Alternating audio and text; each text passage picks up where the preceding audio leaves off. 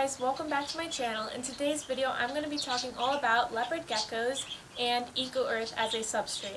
If you didn't already know, I have a leopard gecko. His name is Toast, and he's currently on eco-earth as his loose substrate, and there are a lot of controversies on substrates with leopard geckos and substrates in general in the reptile community. So today I wanted to cover my personal opinion on eco-earth, how it's doing with my leopard gecko Toast, and what I think the overall pros and cons are so you can make an educated decision. So I'm going to be talking about all the good and bad things I've discovered with having him on this. He was on paper towels for the first couple months that I brought him home.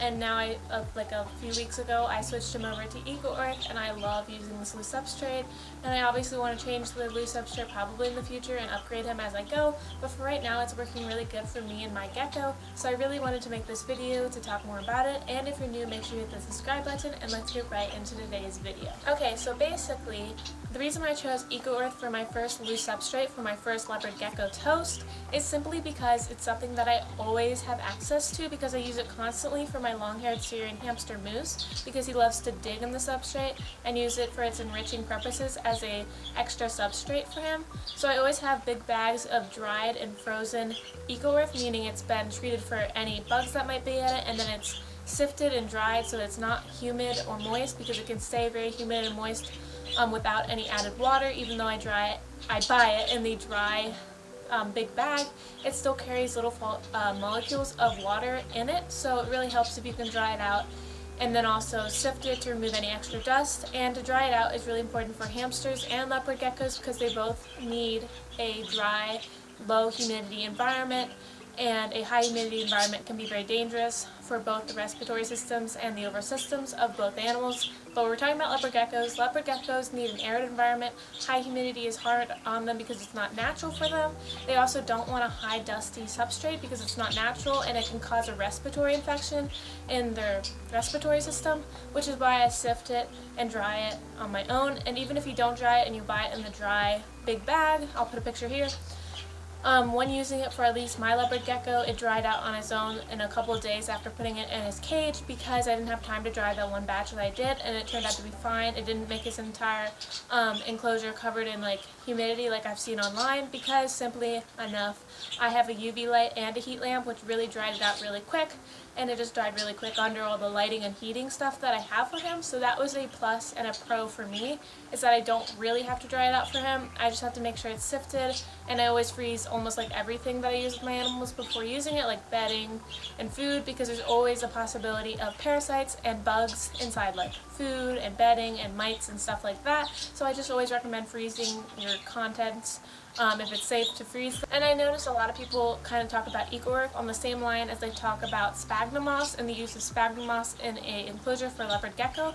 And I kind of differentiate the two, because I don't use sphagnum moss or any sort of moss in my leopard gecko's cage because of the risk of impaction. Even though it could be great for humid hide, I just stick to a more sterile paper towel for his humid hide to reduce the cases of impaction for him. So I don't use sphagnum moss, but for eco-earth I was a little bit more hesitant to use it as well, because it's also just like sphagnum moss, where it could be impacted according to a lot of sources online. But I'm going to speak from my own personal experience over the past month or so that I've had him on eco-earth, and I'll keep monitoring the situation and change it immediately if I find anything concerning with his behavioral aspects of living. A lot of leopard gecko owners simply use an organic topsoil mixed with kids' play sand, but I don't have either of those on hand, and it's actually harder for me to get to that than to get eco-earth, and I always have eco-earth for a decent price near me, which is why it's a very good source of substrate for my leopard gecko and enrichment for my hamster, which is why I personally am using it for now.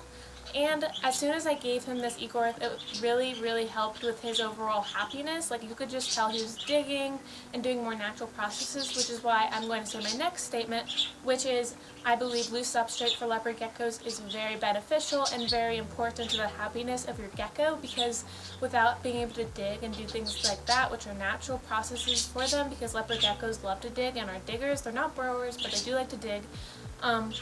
he's just much more naturally happy and enriched in this new enclosure, and I felt like it's just much more natural and better, and I'm really happy I can do this for him. And for now, EcoEarth is what I will be using. So if I notice anything health related that is scaring me, I will change it to a mixture of topsoil and sand, which is the best thing you can do for loose substrate. And I'm not recommending, if you have topsoil that's organic and children's play sand very available to you and you're ready to make that like mixture and stuff, to do anything other than that. You should do that if you can, but if you can't, I'm just going to explain to you how you can utilize EcoEarth and make it safe. Right here is just a bag of EcoEarth. Well, not a bag. This is what I do. I take it out of the big bag it comes in, and then I do all my processes of freezing and sifting and drying, and then I put it in my own bags. And I just always have a ton of these bags laying around, and I only use so much for my hamsters, so I decided to utilize it for my leopard gecko as well. And you don't have to clean a leopard gecko tank like hardly as often as you do when you use paper towels, because using a loose substrate means you just scoop up their poo in their poo corner or poo hide, and you don't have to clean their cages often, which is much better for the overall stress level of the animal, in my opinion. For like all animals, they don't, like, you want to keep it a clean environment, but you don't want to over clean or anything like that. So that's just something I wanted to mention. I also have this really cute little mushroom that I just picked up today, and I want to put it in his tank because it's just super cute, and now with loose substrate it makes sense. I put some shells around his cage as well from the beach because it also just made sense, and I cleaned them obviously. I also cleaned this. I got this at like a little garden center near me in the indoor section with all the fairy stuff, and it's so cute. It's just like, I think it's just clear ceramic, so I just washed it really good with just some warm water, and we're going to put it in his tank in this video, and it's so cute. I'm so excited. And I just think it's so much prettier having the loose substrate. Real quick before I put this mushroom in there and I talk more about how he's been doing personally, like his personal little experience with EcoEarth, here's just some basic pros and cons I want to list. So pros with EcoEarth, it is usually you can buy it in dry bags or non-dry bags, but you have to like wet it up and stuff for a pretty good price for a lot of it, and you don't have to change or clean the cage out like you would with paper towels or a non-loose substrate hardly as often, so you don't have to clean the cage as much, and it should be pretty accessible and a good price, at least for me and hopefully for you as well. Another pro to consider is that they can dig in it and enjoy the loose substrate enrichment. And another pro is just the natural look, and it looks so much better than like paper towels or reptile carpet or tiles, which are all, reptile carpet's bad and then the other two are okay, but they're not as enriching as a loose substrate. There are probably more pros, but I'm just going to cover the main ones. And so now onto the cons. Technically, according to a lot of sources online and other leopard gecko owners, there's a risk of impaction. You also, it's not the most natural substrate. A mixture of organic topsoil and kids' play sand is a lot more natural. However, this is still better than like paper towels because again, dig in it. Another con is it can be very high humidity substrate. A lot of crested gecko owners use it in their setup, and also like Pac-Man frogs and different reptiles that need a high humidity environment use EcoEarth because it can hold a humidity so well. So if you already have a problem with high humidity with paper towels, for instance, then you probably shouldn't use EcoEarth. But for me personally, I can easily keep the humidity down by not getting the EcoEarth wet, by using paper towels in his human hide and just making sure that all the substrate is dry before giving it to him. If you do get condensation on the glass cage because of using EcoEarth or any other substrate, you can just wipe down the glass a couple times every single day, and it should slowly decrease as the substrate dries out in the lighting and heating setup that you have. So that's just a little help with that. Another thing to mention that is a technical con is you shouldn't use EcoEarth over their heat mat if you're utilizing a heat mat, because it doesn't properly conduct the heat coming through the heat mat, and that's just not safe. So you actually have to remove the EcoEarth from the section of your cage with the heat mat. And I personally like to put a granite tile over his heat mat, which will conduct the warmth a lot better, and then I can also feed him on top of that or on top of his hot hide so that he doesn't ingest any of the EcoEarth when feeding, because they are messy eaters, sloppy hunters, whatever you want to call it. A lot of the reason for impaction is simply because people feed their leopard geckos on top of EcoEarth without a section without EcoEarth. So a simple way to solve the biggest issue with EcoEarth is to put a granite slab or a section of the cage with no Eco Earth in it, and that is what I'm doing, and that is a simple solution to a bigger problem. So this is what I recommend, and this is what I have been doing. Now onto my leopard gecko and how he's been reacting and his behavioral stuff, and like how this experience is going with him. So far he's been much more active and happy with it.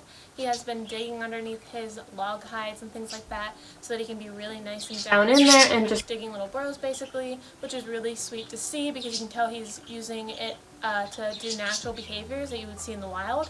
He also has been just digging everywhere, as I said, and he does go up on his granite block to get warm and to sleep and to get out of the Eco Earth. He goes on top of his hot hide usually to be fed, and he waits for me there. It's like he knew.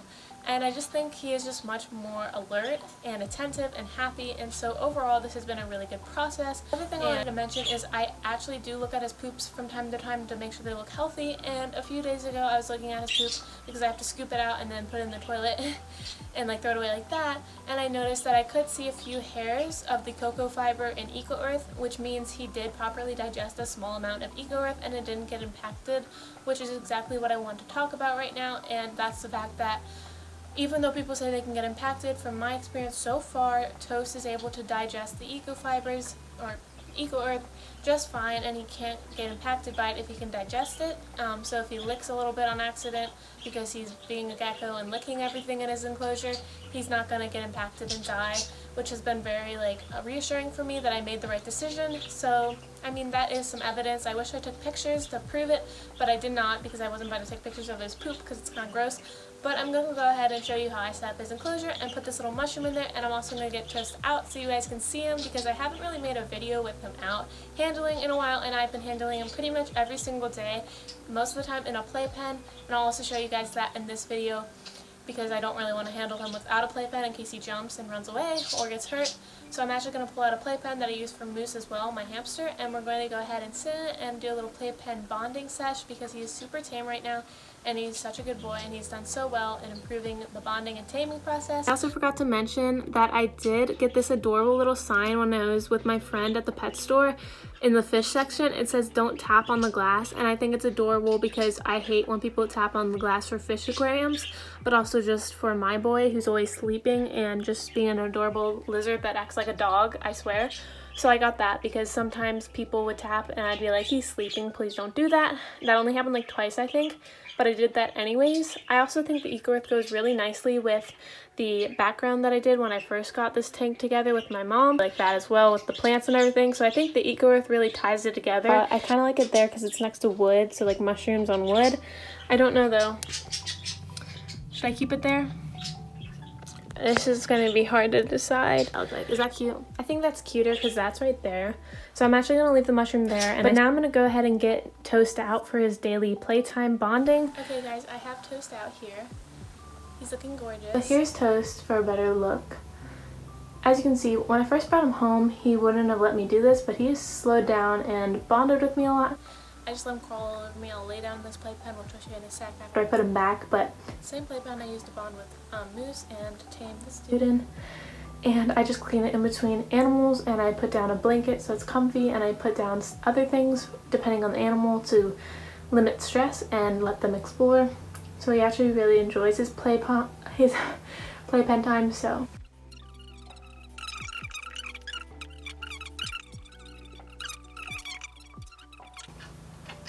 This is my buddy. I think he likes my nails.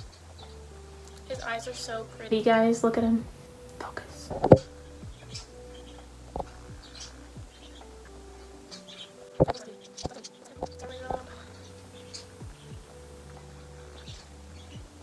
Beautiful. He's such a sweet boy. He reminds me of like a little dog. So while I hold him for you guys, I'm probably going to hold him for a little bit for you guys, turn off the camera, hold him for the rest of the time, because I usually hold him for like 15 minutes. But he's my leopard gecko. I got him a few months ago. He is only like 7 months at most, but I'm sure he's going to get a little bit bigger. He might just be going through his teenage years before he's like elongating his body, and then he'll fill out. But he's honestly very beautiful. I love his coloration, or morph you would call it. I made a separate video when I first like had him home on his specific morph and like details about him, but he's such a good boy. He really does like his See if I can pet him. Sometimes he lets me pet him. Good boy. Bye. And how to get your leopard gecko used to petting is just to pet them until they get used to it. Because after you let these guys settle in, you just gotta get them used to it all because they'll get used to it. And he only lets me pet his back because his head is just... And his tail. His head and his tail are two sensitive spots that are like not safe to pet, so I just pet his back.